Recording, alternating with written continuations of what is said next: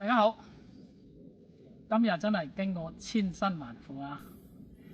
過嚟睇一個本應該可以入列廣東十大名地嘅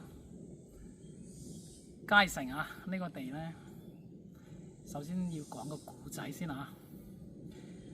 當地嘅老人家話呢，以前差唔多要翻風落雨嘅陣時呢，就會聽到嗚嗚聲響嘅。呢個地呢，就嗌做海螺地，係明代劉氏嘅。呢度係個第一看點，又係佢個神奇地方。第二個看點呢，以前呢度有水嘅，呢個係生羅嘅呢個地，有水，天然有水。點解會形成咁呢？聽嗰啲古仔咁講呢，應該可能同個風水先生可能產生啲矛盾，然後個羅地呢，就砌咗啲磚，可能用嗰啲石灰應該大家通俗講用石灰對啲羅地唔係幾好，所以話呢，就兩個神奇嘅現象呢，翻風落雨呢，就唔會聽到嗰種似鑼聲咁響嘅響聲。第二呢，佢明堂個池水呢又消失咗啦，冇啦。佢呢個地呢就喺高山頂上高山頂上呢，我哋見過有幾個係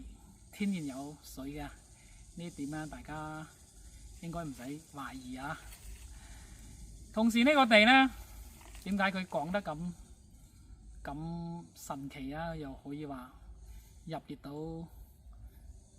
十大呢？其實你講呢個星頭，因為啲樹太高太大，無人機無法顯示得到嗰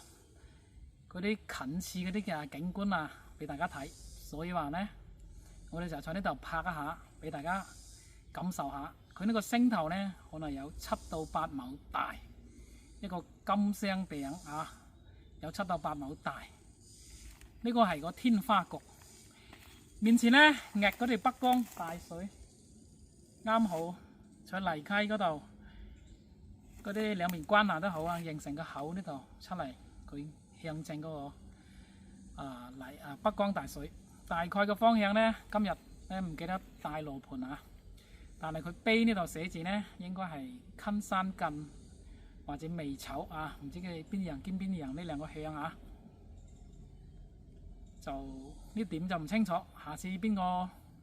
得閒嚟考察呢，可以反饋俾我哋。但係都係冇建議大家嚟考察啦我呢件衫今朝早10點鐘到依家呢，仲未乾過嘅所以話呢，就係又係冇辦法好清晰到拍到實地嘅情況俾大家睇。大家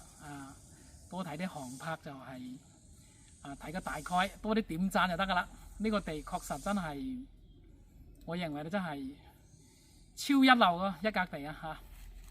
呢個地無論氣勢內容逆大光各種各樣嗰啲知識點各種優點我認為都係可以係在廣東名列前茅嘅。但係有啲人認為呢啲地呢，高山之中拋頭露面呢唔係好大嘅地呢，咁我就唔同你拗啦呢啲係仁者見仁，智者見智。佢呢度呢，天然開窩窩落嚟呢，其實佢唔怕風嘅。坐喺登鳩山而平地嘅，最緊要個星頭太大啦，套啲坦神又係太大啦，7到8畝，